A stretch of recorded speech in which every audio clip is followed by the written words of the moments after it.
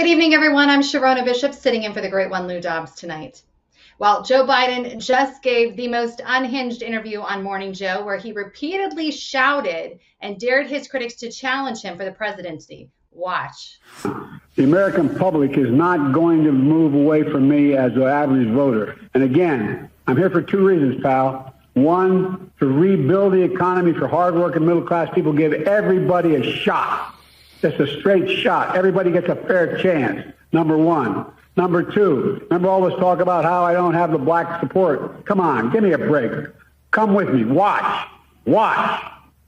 I'm getting so frustrated by the elites. Now, I'm not talking about you guys, but about the elites in the party who they know so much more. But if any of these guys don't think I should run against me, go ahead, announce for president. Challenge me in the convention. Wow. Well, that bizarre call is not going to assuage concerns that Biden's senility is affecting his behavior. Whoever is consulting Joe, thank you. You're doing a huge favor for the GOP. In other news, the former heads of Intuit and PayPal have pledged to donate $2 million to help the Democrat Party, but only if Joe Biden resigns. This really has to sting, especially watching now that Donald Trump clearly has the cash advantage. But nevertheless, Biden remains adamant about staying in this race. And in a letter to Democrats in Congress, Biden defied calls for his resignation, actually, saying he is firmly committed to staying in the race. And the captain of the Titanic was firmly committed to going down with that ship. Wow. Well, don't sleep on the Democrat Party, though. Just because they seem doomed, they are pulling out every trick up their sleeve this year. I would also add they're in their death throes, and you never know what they'll do. House Democrats are taking the offensive against legislation, actions like this, actually, that would require voters to provide proof of citizenship to cast ballots in the federal election. Well, ask yourself, why would anyone want to kill voter ID at a time when we have millions of illegal aliens flooding into our country? Because the ask is the answer of the question. Democrats are desperate. There is no law or norm or rule that they will not bend or break to help a cognitively impaired Biden win if he stays in office. Here with us to talk about this is our Congressman, Andy Biggs from Arizona. Thank you for joining us. Thanks, Sharon. Good to be with you. Yeah, what is your thoughts on all of this? Just straight out the gate, what do you think is going on here? Well, I think you've got a lot of a mixed problem going on with the Democrats. So for the first time, the whole world is seeing how fractured the Democrats really are, but at the same time, they're seeing how much they want to cling to power. They don't want to do anything that might jeopardize power. But I say let's let the Democrats continue to wallow in the mire that they've created. But here's what you've got going on, in my opinion. You've got Joe Biden, a few of his supporters, and his family are insisting that he stay in it. You've got people that they recognize what the real problem is now, that they're going to probably lose the presidency. They don't want to lose the presidency, so they think they need to get somebody else. But you have laws stacked against them, bringing in somebody at this late date. You have their own party rules stacked against them, bringing in somebody at this late date. Then you have just the practicalities of the politics and how that looks. So there's a whole lot at play here that we could break down, a lot more finely than that. But by and large, here's what I have to say. Let's go ahead and let the Democrats wallow around in this, and let's see what they end up doing. Right now, I used to say Biden's going to stay in it all the way. I think that there's going to be there's things afoot now that are going to change this thing, and he actually might not stay in, and he might not be the nominee for the Democrats going forward. Well, it seems like there's definitely a coup going on right here with Biden. Do you think there's any chance he survives it? Yeah, I do think there's a chance he survives this, but it's pretty small. I don't think necessarily that they're going to do the 25th Amendment because the cabinet officials, they all have their own fiefdoms, and keeping Joe Biden in there, and there's enough support to keep him in there, but they like to keep their own power. They've been running the country as an oligarchy now for several years. Joe Biden hasn't been running it. Does he survive it? I'm giving him maybe a 1 in 3 chance of actually being the nominee. Other than that, I think he can survive for a while longer. But don't be surprised if the Democrats cut some big deals and Joe Biden and his family go away, pardons granted all around. Kamala Harris comes in. She's the first woman president of the United States. She's there for 3, 4, 5 months, and then they have somebody else that's running for president against President Trump. So that's what I see happening.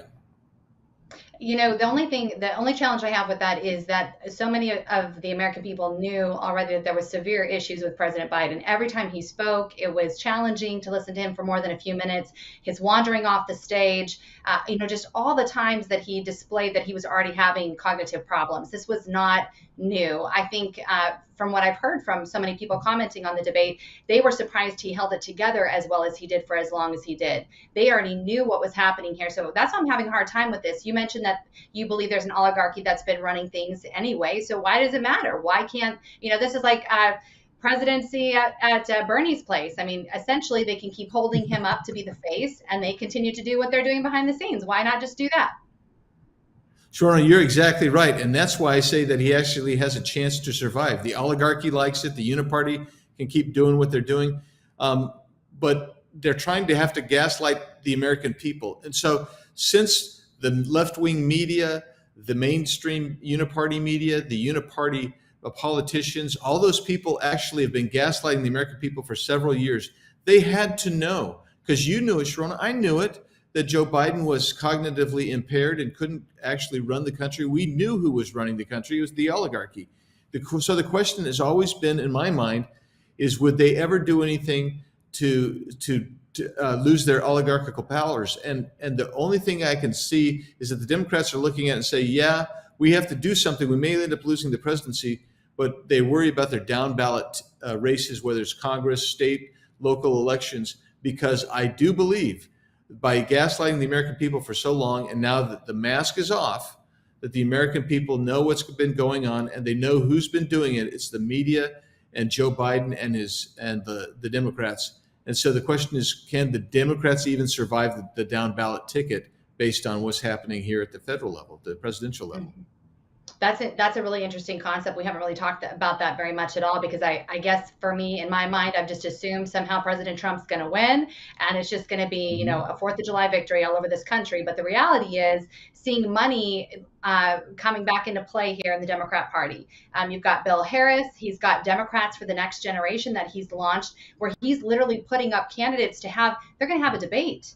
They're picking candidates that they think would be better than Joe Biden, and they're going to have this public debate. He's pledging millions of dollars. Netflix co-founder also, Reed Hastings, is going to pledge a lot of money also. So where does this play into things? And I've never seen anything like this. Have you ever witnessed anything quite like this, where you're watching a coup happen, you've got money, they're going along as though this is an inevitable, that Biden will be removed?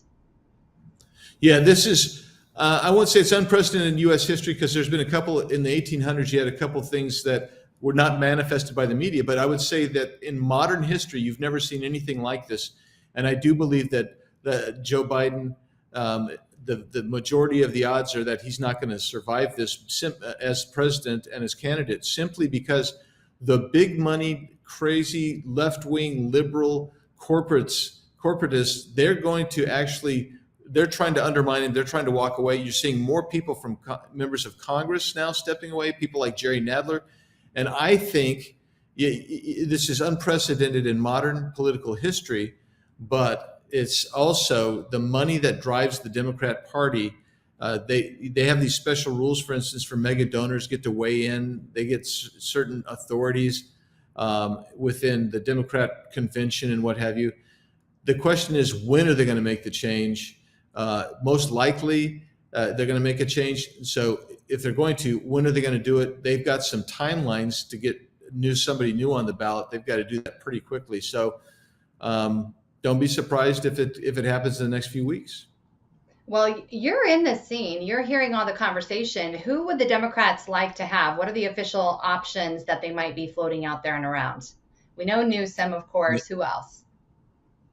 Yeah, they have a thin bench, to be frank with you. So none of them like Kamala. All right, so let's just take that off the table. That none of them like Kamala Harris.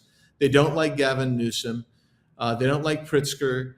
Michelle Obama is mentioned a lot. Michelle Obama's people consistently say that she doesn't want to do it. I believe that's probably true, because she doesn't like the criticism and the hatred that goes with the politics today. So the question is, who will they go with? And don't be surprised if you see some relatively unknown person, maybe a governor of a smaller state. Like, I think back to Jimmy Carter. They went with Jimmy Carter. They went with Bill Clinton, governors of smaller states, not really on the national radar. Even Barack Obama was a one-term senator, not well known nationally. And the reality is, he became essentially the Democrat establishment candidate. And don't be surprised if you see someone like that emerge that we haven't even considered. It was interesting to hear on Minnesota, their mail-in ballots, apparently Michelle Obama's face was on the outside of their ballots. I saw that Colorado's governor, Jared Polis, is slated as number 5 potential for a presidential nomination, which was insane because he's literally destroyed the state of Colorado. Has fought left and right to remove Tabor, which is our form of accountability to our government, so they can't tax us into oblivion. So you're right, they've got a really thin slate, but yet I think they're going to figure out somebody. When you're talking about this with your peers there in DC, what do people say? Are they looking forward to the drama of politics and what the Democrats have in store, or is everybody feeling a little bit? Is this upsetting to people to not know what's going to be happening next? Well, there's some confusion. Let's just be frank about it, and they don't want to talk about it. My colleagues, I'm not a favorite of the left Democrats anyway, but there are Democrats I'm friends with and will talk to, and the bottom line is they don't really want to talk about this issue. I think this is why I tell my Republican friends, let the Democrats eat themselves up for a change instead of Republicans doing it, because the Democrats don't know what's going to happen. I asked one guy literally the Friday that I came home before the July 4th recess, and I just asked him, so what are you hearing? And he just looked at me, rolled his eyes, and said, "Let's talk about something else." That's what you're seeing out here. They're frustrated, and they're confused, and quite frankly, they don't know where it's going to go. Well, when you talk about the Democrats going after this SAFE Act and trying to allow for illegals to vote in our elections, you're from Arizona. We see a lot of foul play in elections happening there. You guys have obviously been national news for quite some time. What do you think is going to be the final play on that vote? Is this going to pass? Do you see the Democrats getting away with blocking this vote? No, I think it's going to pass. I think we're going to get the votes to pass it out of the House, lay it on the Senate's side, and quite frankly, there should be some senators who vote for it, because if you've got a contested Senate race, if it's close at all, and you vote no on that, you're in jeopardy of losing votes, because U.S. citizens and people who qualify to vote for elections, they don't want to see illegal aliens coming in and voting in your elections, particularly for president and members of Congress, et cetera. I mean, that's really an 80-20 issue, quite frankly. How does that work with the mail-in ballot system? Well, the way this bill is structured is to qualify for a mail-in ballot, a mail-in federal ballot, you have got to go to a live person and show and demonstrate your documents that you are a U.S. citizen. So it's Wow. pretty comprehensive that way. So that would end just automatic mail-out ballots then, like the state of Colorado has. Everybody gets a ballot. California, everybody gets a ballot. That would end? It wouldn't end. You could still get those mail-in ballots, but you'd have to demonstrate you're a U.S. citizen, and that would hopefully cut down on the potential for mail-in ballot fraud.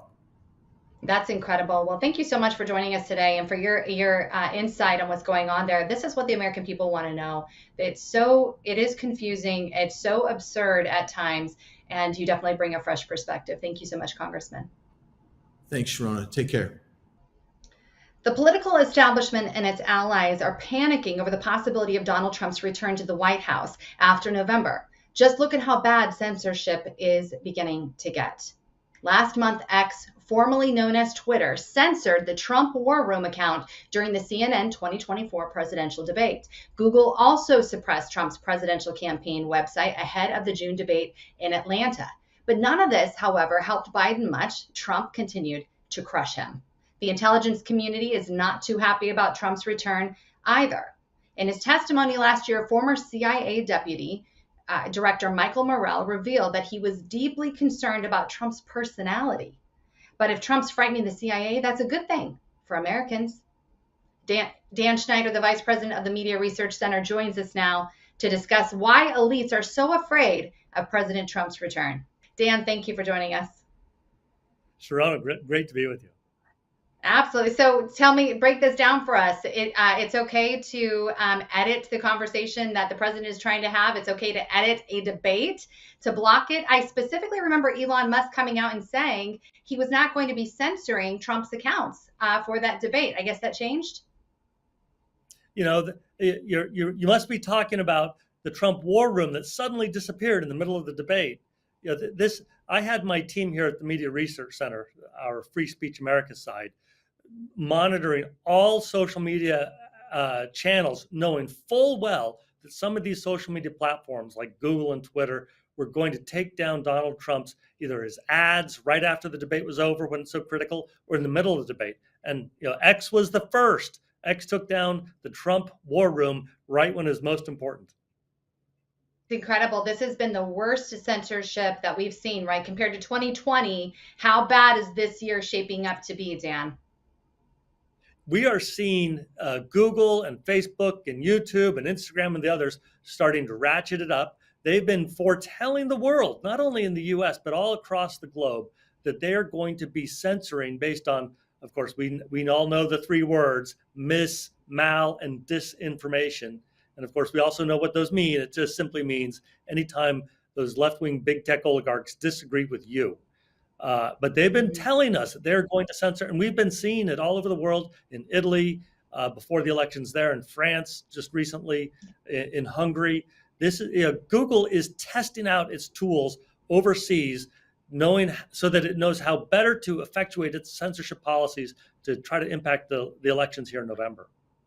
It's really challenging to listen to this because in America, we talk about being free. We just celebrated a beautiful 4th of July, went to the largest fireworks display on the west of the Mississippi. And I just had so much pride in my heart. I think about our Bill of Rights, that we are allowed to say what we want to say. We're allowed to express our grievances with our government, but not in America anymore, at least not with this unholy alliance between government and big tech. How are they getting away with this? Well, two things, Sharona. First, we did celebrate the 4th of July, but Google's artificial intelligence did not. We asked its AI program called Gemini, if the 4th of July is worth celebrating. And Gemini said, well, maybe not. Maybe it's too controversial. And it couldn't tell the difference between the founding of 1619 and 1776, or whether our national anthem is good or bad. But this is going to continue. It's going to persist because these big tech oligarchs really do not like American values. They do not like the freedoms that our nation was founded on. And they are really trying to influence and impact this next election. Well, we know what happens. People are scrolling and their minds are being changed about topics, even though they're not fully aware of it or even cognizant of what's happening. We're watching those studies coming out with children, especially. Do you think that President Trump launched his social site?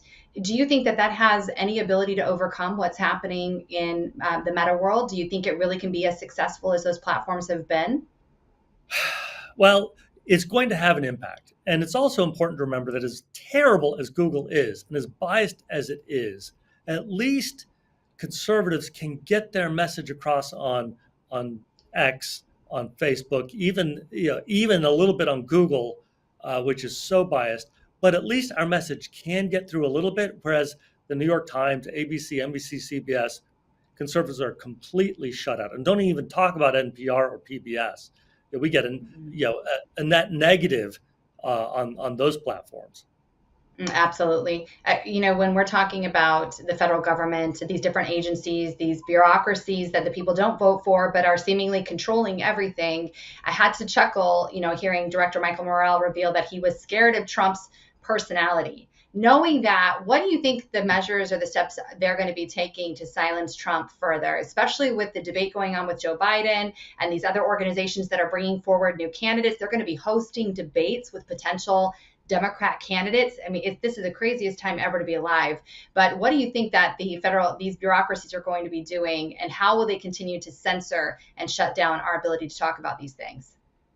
Yeah, we are tracking several appropriations bills. And I know this gets in the weeds a little bit about how Washington works, but our federal budget is comprised of 12 appropriations bills, and at least 9 of these appropriations bills are funding censorship activities, multiple censorship activities within the Biden administration.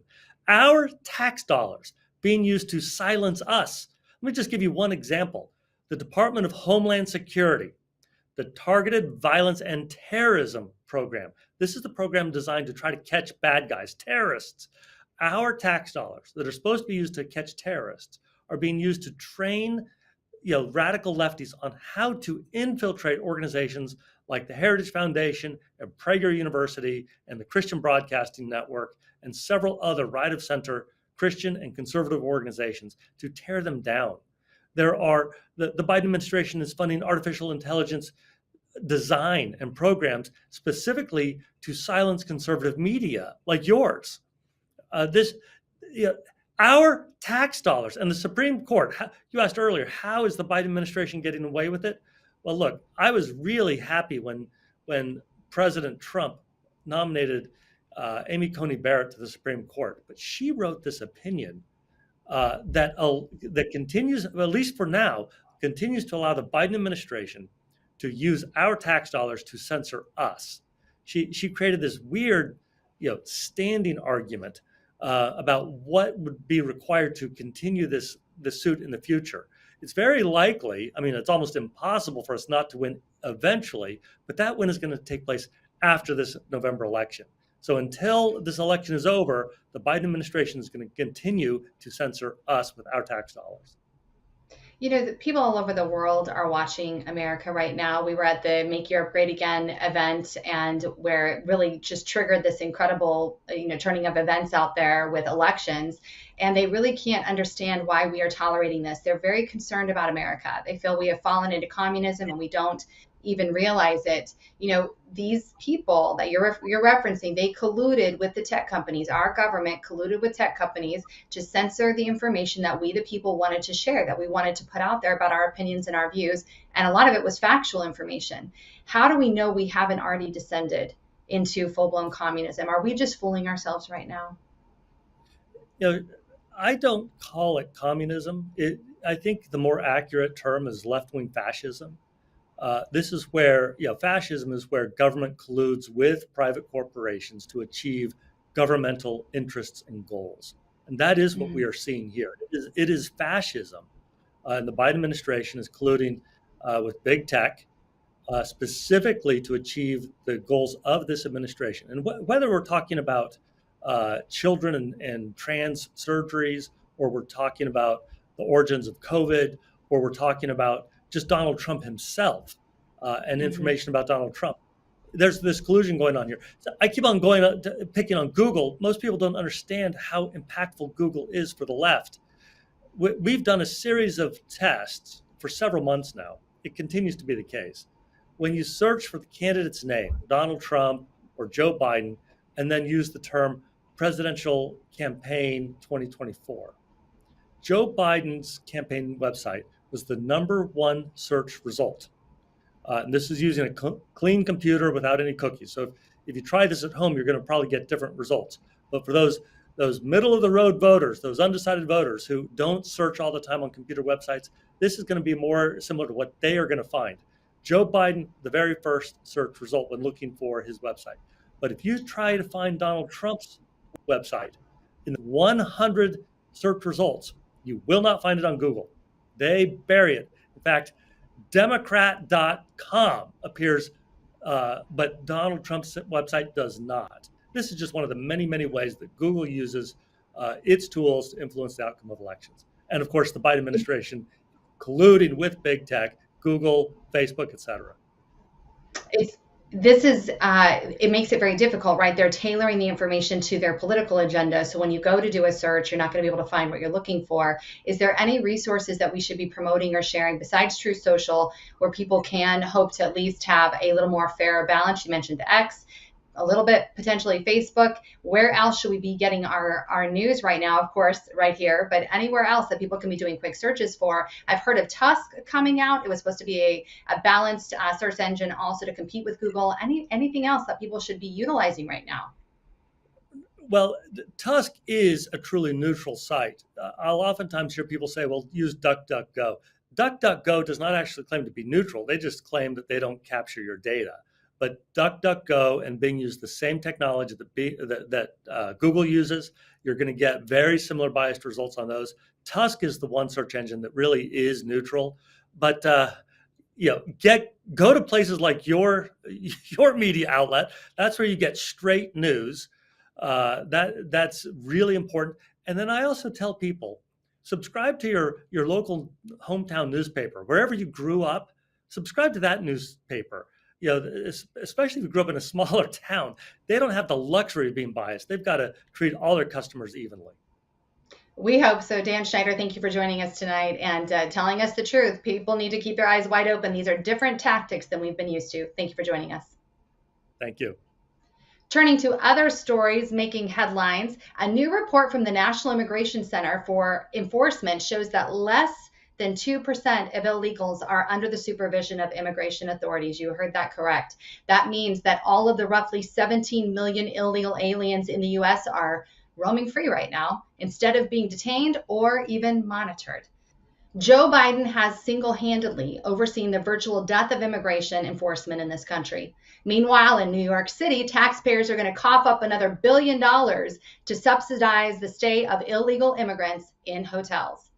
Documents reviewed by the New York Post showed that nearly 80% of these shelters used to house illegal aliens in the city are hotels, motels, or inns. These are New Yorkers, that would love to vacation, but they can't afford a hotel somewhere else, even as they are trying to pay for the rooms of non-citizens. It's absolute madness. In other news, Chicago rang in Independence Day weekend with a series of incidents that left 87 people shot, 16 fatally. One Chicago resident called the 4th of July Assassination Day. That's pretty grim, but it's also the harsh reality of life under a Marxist Democrat rule. Well, turning now to a deal that you don't want to miss. All of you out there know that Mike Lindell and MyPillow no longer have the support of the big box stores and the shopping channels that they used to have. They've been a part of this incredible cancel culture just for talking about the things we all know are happening. So they want to pass the savings directly on to you. They are continuing the $25 extravaganza. When Mike started MyPillow, it was a problem solution company, a single item company. And well, since then, they have created so many more products that you may not even be aware of. So to get the word out, they are having this $25 extravaganza. Beach towels are $25. MyPillow sandals are $25. Their 6-pack towel sets are $25. And 4-pack dish towels also $25. Now, for a limited time, you will receive Mike's movies free with any purchase. You're going to see all of these amazing offers at MyPillow.com. Use Dobbs, D-O-B-B-S, or you can call 1-800-977-9152 and use promo code Dobbs. You're going to talk to one of the great employee-owned representatives. Remember, this company is owned by the employees, and they appreciate all of your support. And don't forget, join Lou on his podcast, The Great America Show, each and every day. This week's highly anticipated CPI report could have serious implications for stocks. U.S. stocks recently jumped to record highs. Companies are making money grappling with higher inflation by passing costs on to you, the consumer. Investors will carefully watch this new data and the Federal Reserve's response to the numbers. But how is the average American doing under Biden's economy? According to Biden himself, not great. In fact, a confused Biden admitted that a lot of people are struggling under his watch. Have a look. Folks, there's a lot of people still struggling. because since we ended the pandemic, well, I'll be very blunt, since I ended the pandemic, he didn't. Corporate profits have doubled, and we got to do something about it. Wow, well, that admission is a little at odds with the rosy picture that Biden tends to paint and has presented on the road to re-election. For months, we've heard about how Bidenomics is lifting all boats and it's putting more food on your table, but that was always a lie, as even Joe himself in his lucid moments is finally admitting. It's in times like this that we need to cut through the noise and get straight to the signal. Here to help us do that tonight is former Congressman of Virginia, Dave Brat, who is also an economist. What do you make of all this nonsense with the economy? If I Google right now, it tells us that inflation is only like 3%, Dave. Is that correct? Yes, but it's got to be interpreted against you've lost 20% of your purchasing power already. And so what the thing about inflation is it never goes down, right? That would be called deflation. So you've already lost between 20 and 30% of your purchasing power, and now you're losing another 3. So it's just 33, right? So it goes up, up, up. It's like a ratchet. It never comes down. And the thing most people don't get about it is that it doesn't just affect the money in your wallet. Like when you go to the grocery store, it also affects all the money in your retirement account, right? So say you have $100,000 in your retirement account. If you lose 30% on that, your $100,000 is only worth $70,000 for real. That's the amount it will buy when you go into retirement and take the cash out, because inflation always goes up and it never goes down. And so by the time you retire, if it's in 10 or 20 more years, it'll be even worse than that.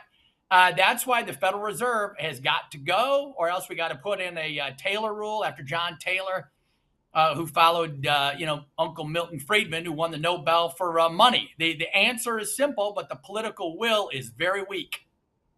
Very weak. Do you think that the stock market right now, that this is going to be a help to Biden, the current performance right now? Oh, sure. I mean, it's been constructed intentionally that way, right? I mean, any right-minded economist a year or two ago was predicting a bubble in the stock markets that would pop for sure by now. But no one in their right mind knew that the Federal Reserve would print $9 trillion. That's down to about $7.5 trillion right now. And then when they quit doing their thing, propping up the entire economy, right? It's COVID money supply with no COVID. And then in comes the federal government with $2 trillion deficits. When I was in Congress, not that long ago, right, 15, 16, the deficit was, 500, 600, 700 billion, less than $1 trillion. Now it's $2 trillion every year for the next 10 years. And so CBO has us at 35 trillion now. And so 10 years at 2, add another 20 trillion. So we'll be over $55 trillion in debt handed over to your kids in the next generation, all being borrowed against the private sector. So the private sector and business can't do its thing anymore. And the most important stat that when you say, how's the economy doing, that no one ever talks about is productivity. That's how your economy is really doing. And so the world expert on that is Robert Gordon at Northwestern University. He's been doing it for 50 years, the same story. Productivity's been down for 70 years in a row, down, down, down. And CBO has it going down for the next 30 years. So that's not a political statement, right? That's CBO numbers for everybody. It doesn't matter who goes in next. And then if you really care about the economy, the thing they'll never tell you about is the little kids that we're hurting right now. In Chicago, the poor kids in the Chicago schools are reading, 12% of them can read at grade level in 3rd grade. Poor kids, Chicago, 12% can read. If you can't read at the 3rd and 4th grade and don't learn to read, instructions, you can't progress. And then they just pass you along. That's called human capital. Not to mention all those kids are made in the image of God. And so the liberals used to care about this stuff. The liberals, unfortunately, are gone. Now we got these Marxist crazies took their place. And so there's a gathering, populist storm that the people want to take their lives back. Yep. Absolutely, they do. Do you think, I mean, seemingly there's a disconnect here. The stock market's doing well, but the American people aren't. Why is that? Why shouldn't that be a reflection of Yep. how Americans at large are doing? If the stocks are doing well, investors are doing well, money's being made, why are the people struggling to pay their bills, can't buy groceries? What you just lined out about the problem with Yep. our education system, we're literally creating poverty through our public education Yep. system, but there is this disconnect. What do you make of that? And how do you explain that to the regular person? Yep. Real easy to explain. The rich 10% own 90% of the stocks, bonds, pensions. The rich 10% own 90%. So the market's going up. The rich have ways of investing. You don't. When it goes down, they'll already be all hauled out of the stock market, and you're going to take the loss, just like in 07, 08. They got it down to a science. The liberals, again, used to pay attention to the income distribution. That's what that's called. Who's got what? Not a word from the mainstream media on that. And Trump, by the way, propped up blue collar job wages went up for the first time in decades under Trump. Not a word about that either. It's really interesting to watch. And I know, being a mom, I have 4 kids. I have my daughter is newly married. They have a new baby. I mean, they're just starting out in life. And we Right. seriously sit there and say, there's Yep. no way they can live off of this income and have all the opportunities that we did. Not that they can't go and pursue and figure it Yep. out, but what are we supposed to do Yep. when the dollar is only worth 70 cents now?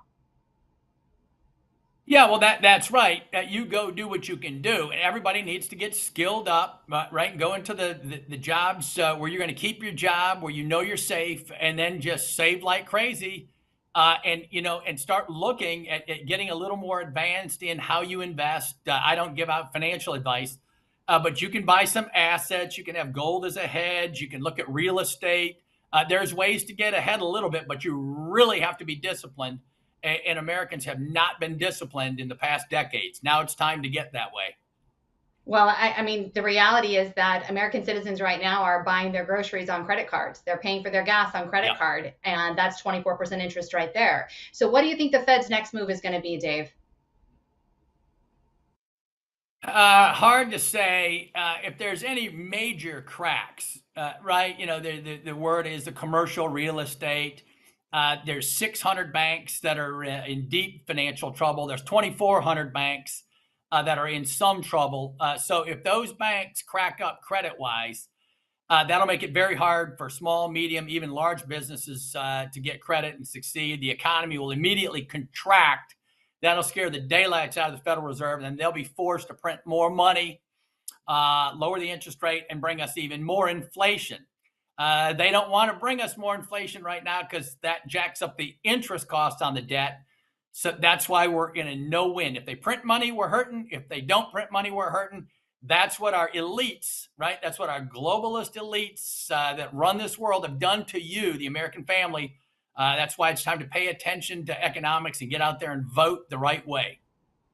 Well, so what is the actual solution then? Because as you said, there's no fiscal restraint in Congress, and there's clearly no fiscal restraint in these blue-controlled states. I've lived in one. It's horrifying to live there. You cannot get ahead. What's the solution for the American citizen right now? Regardless of who gets in office in 2024, what do we do? Give it to me in a little condensed. Yeah, no, you got it. All political views are my own, but the American people are partly to blame for this.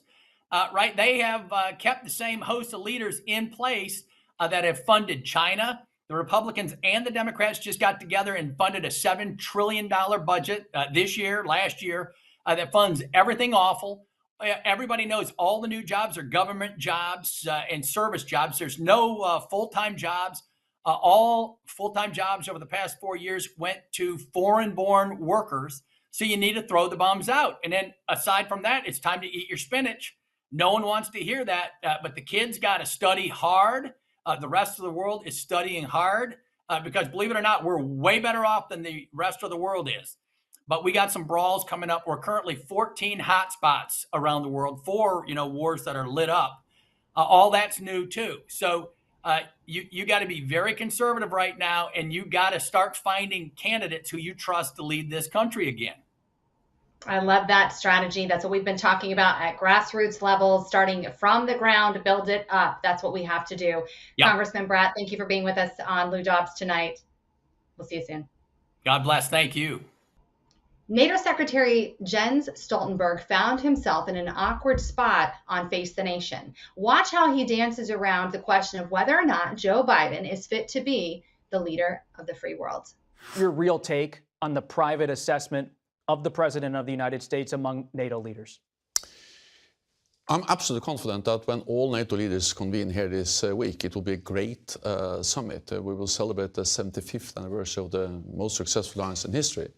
And I just met President Biden in the Oval Office a couple of weeks ago, and that was a good and productive meeting where we prepared all the important decisions we'll make here on defense, on support for Ukraine, and not least on burden sharing that European allies are now really stepping up and spending record amount of money on defense, and of course also on China and how we need to work together. So this is a substance of the summit, and of course these decisions would not have been possible to make without a strong US leadership.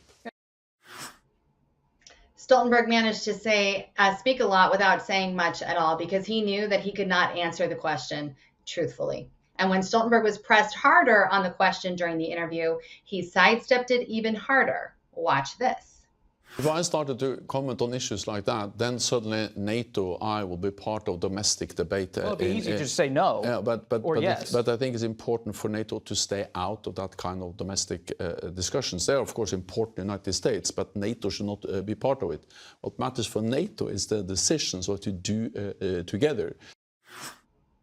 Well, Stoltenberg knows, just like every American knows, Joe Biden is too senile for this job. But as long as the globalists are behind Biden, he'll keep doing their job and he could care less about what happens to America. But the truth is that globalists, like Stoltenberg, are as terrified as the Democratic Party of Trump's victory. Here to talk more with us about this bizarre situation is the host of the President's Daily Brief podcast, Mike Baker. Thank you so much for joining us. This is really pretty outrageous stuff. I don't think we could have manufactured this. No, you're absolutely right. If you wrote this as a comedy or some sort of sketch, it wouldn't fly because nobody would buy it.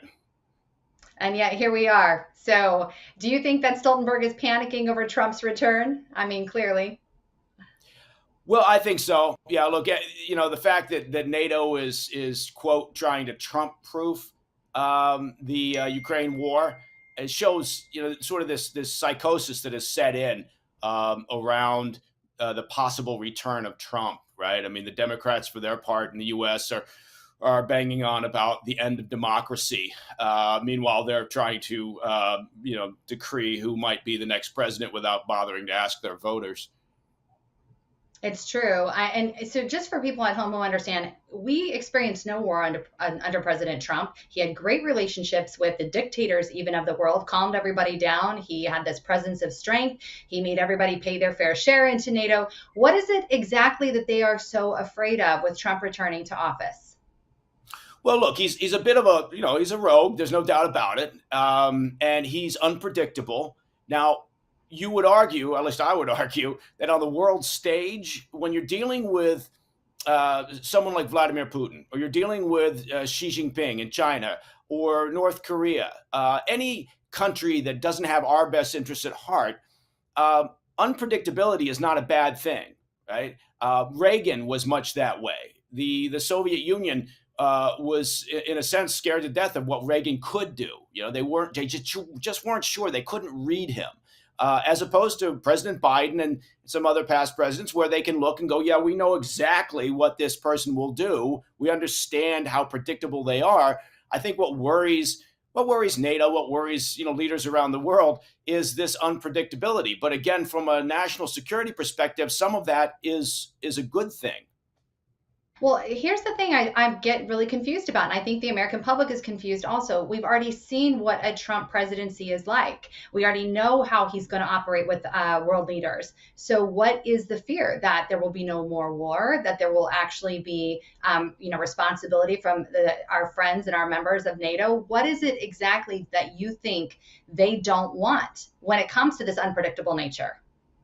I think they want a malleable U.S. administration. And I think they want an administration that is entirely predictable and that will never push back and will be part of sort of a global world order. Now, look, I disagree at times with sort of this isolationist notion that we shouldn't be engaged in this Putin invasion, that we shouldn't be trying to assist Ukraine. That's not my position. But do I like the fact that Putin or that Trump has world leaders, those that are hostile to the U.S., that he has them concerned? Yes, I think that's a very good thing. It keeps them on the back foot. It keeps them guessing. And to some degree, it actually keeps them in check. So this idea, and you're absolutely right. You've raised a very important point here.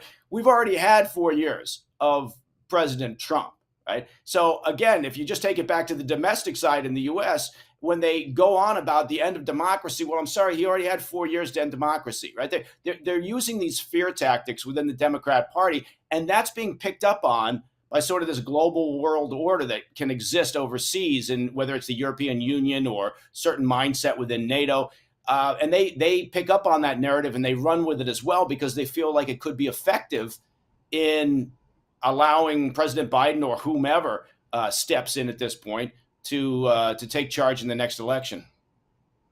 It's fascinating. Over in the EU, many of those countries, they have their own walls devoted to President Trump and making their own countries great again. They appreciate nationalism. They want their countries to be great. They want America to be great because they feel strongly that if we don't win, they're going to be set back another 10 or 20 years. And so many of those countries just came out of communism. So when it comes to Stoltenberg and he says that he's not interested in what's going on with America domestically, is that a true statement?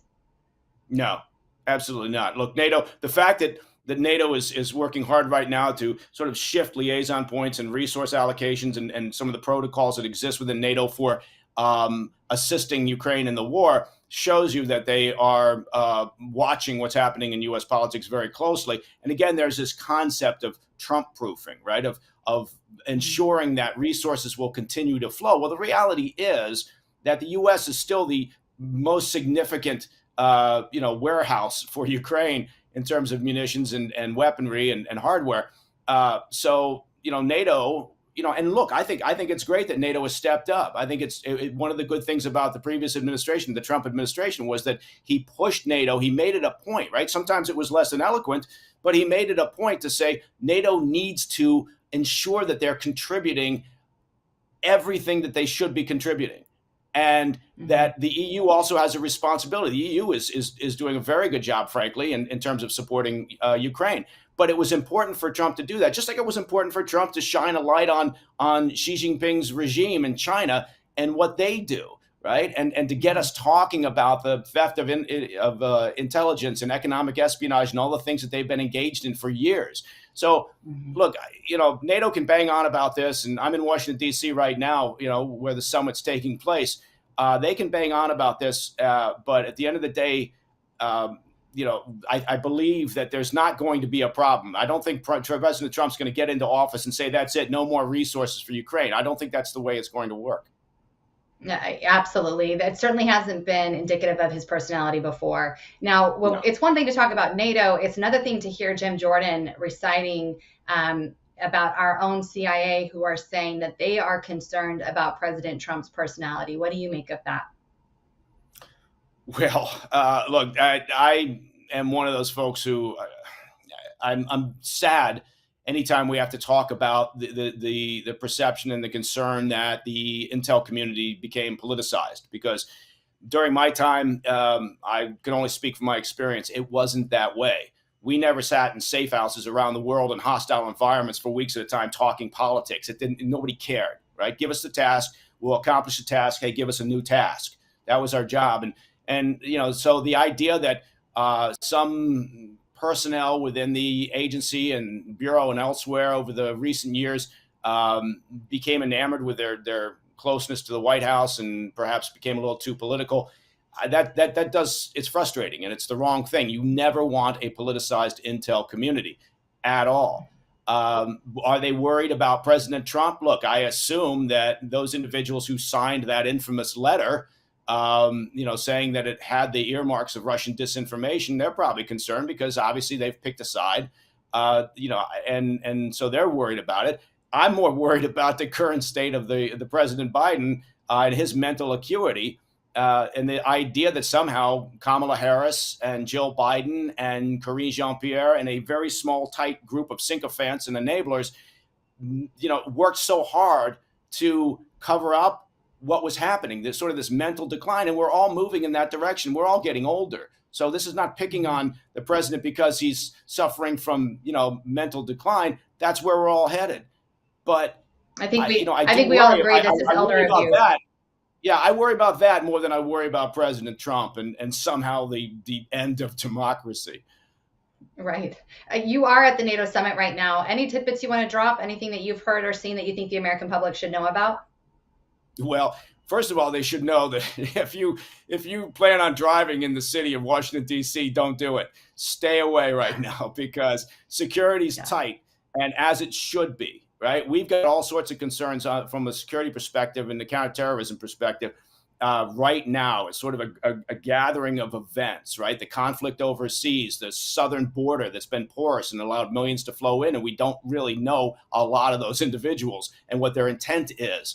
And then you've got a big event which terrorists, really like to aim for. So, I think from a security perspective is where my focus is most part. It's very locked down, and the state and local federal authorities that I know are doing a tremendous job right now, and it's a big deal. With all of these world leaders coming together, and as you mentioned, President Biden not being quite cognizant, has there been any murmuring about that? Is anybody? You mentioned you're more concerned about that. I'm more concerned about that. The American public, heck, the Democrat Party is more concerned about that right now. Is there any murmuring from any of the leaders there? Are they talking about this at all, about the decline of America's president? Well, Hakeem Jeffries, he managed to rally some of the Democrat leaders to have a conference call to talk about where they stand. Several more, Jerry Nadler and others, have now come out. So you're starting to see, I think, more cracks in the dam from the Democrat side in terms of those who are willing to step forward and say, Mr. President, you need to reconsider this, right? You've got to get outside of that bubble of the sycophants and the family telling you that you're the only thing that can save this country. Again, it's an absurd notion, right? This idea, again, that it was one bad debate. The American public, the problem that the White House has is everybody has elderly parents or elderly grandparents. They're getting them elder themselves. It's visceral. We all understand this issue, right? And again, nobody's, banging on President Biden because he's getting older and he's having some, mental acuity issues, but he's the commander in chief. And so it's a different conversation than if Grandpa Joe, you need to take his car keys away. And the Democrats need to understand that they have been complicit in hiding this. Kamala Harris right up there, along with Jill Biden and a small group of others. They've been telling us he's sharp as a tack for all this time. So the fact that Hakeem Jeffries and others have come out with this and they're starting to become more vocal, I think we're going to see some major developments here in the course of the next week and a half or 2 weeks. I couldn't agree more. And to me, that seems like a major national security issue. Mike Baker, thank you so much for being with us. Sure. Thank you. And before we go, all of you out there know Mike Lindell and MyPillow no longer have the public support, the big box, they have all the public support. They don't have the big box shops and they don't have the shopping channels they used to have to promote their products because they've been canceled like so many who decide to speak up for America. Well, Mike Lindell started out as a single solution problem company, and now he has grown to hundreds of products that you may not even be aware of. So we want to invite you to go to MyPillow.com, use the code Dobbs. We have a special sale going on right now.